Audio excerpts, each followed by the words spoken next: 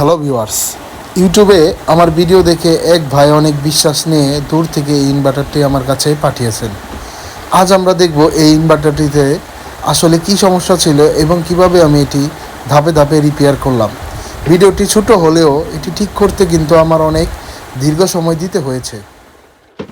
আমরা জানি ইনভার্টারের প্রধান কাজ হলো ডিসি কারেন্টকে এসিতে রূপান্তর করা। এখানে মূলত মসফেট এবং ট্রান্সফর্মার ব্যবহার করে হাই ফ্রিকোয়েন্সিতে সুইচিং করা হয়। এই ইনভার্টারটিতে সমস্যা ছিল বেশি লোড দেওয়ার কারণে, ওভারলোড দেওয়ার কারণে মসফেটগুলো বার্ন হয়ে গেছিলো। শুধুমাত্র মসফেটই বার্ন হয় নাই, সাথে কয়েকটা ট্রানজিস্টর, আইসি এবং রেজিস্টরও নষ্ট হয়েছিল। তো আমরা স্টেপ বাই স্টেপ প্রতিটা সেকশন সুন্দর করে চেক করে দেখলাম যে এখানে কি সমস্যা ছিল এবং সেই সাথে সবচেয়ে ভালো কোয়ালিটির যে প্রোডাক্টগুলো, সেই প্রোডাক্টগুলো আমরা এখানে ইনস্টল করলাম। আমরা প্রথমত ভালো মিটার দিয়ে, অসিলোস্কোপ মিটার দিয়ে আমরা এটার গেট সিগন্যাল এবং সুইচিং পালস ঠিক আছে কিনা বা সুইচিং পালস ওকে করলাম।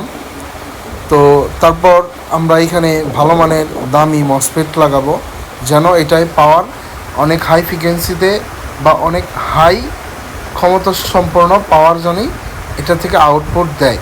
আমি যে মসফেটগুলো ব্যবহার করেছি সেই মসফেটগুলো অনেক ভালো কোয়ালিটির মসফেট, যেটা ইনভার্টারে সচরাচর নর্মালি কোম্পানি দেয় না। আমরা এটা বাইরে থেকে অনেক ভালো মানের মসফেটগুলো দেই।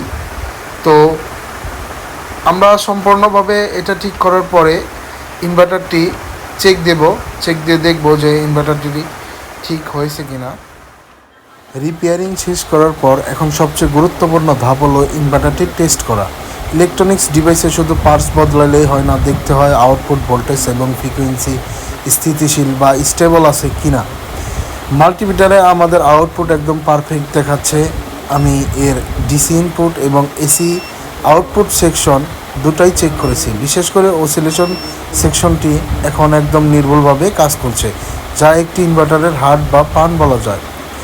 আমি এখন একটি লোড দিয়ে ইনভার্টারটি পরীক্ষা করেছি। খেয়াল করুন, কোনো অস্বাভাবিক শব্দ বা অতিরিক্ত গরম ছাড়াই এটি সুন্দরভাবে ব্যাকআপ দিচ্ছে। একটি ইনভার্টার দীর্ঘস্থায়ী হওয়ার জন্য ভোল্টেজ রেগুলেশন ঠিক থাকা খুব জরুরি, যা আমরা এখানে নিশ্চিত করেছি। সব কিছু চেক করার পরে ইনভার্টারটি একদম নতুনের মতো কাজ করেছে।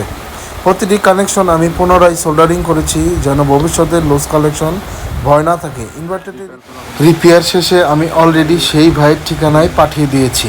আপনাদের দোয়া আর ভালোবাসায় আমার কাজের মূল অনুপ্রেরণা।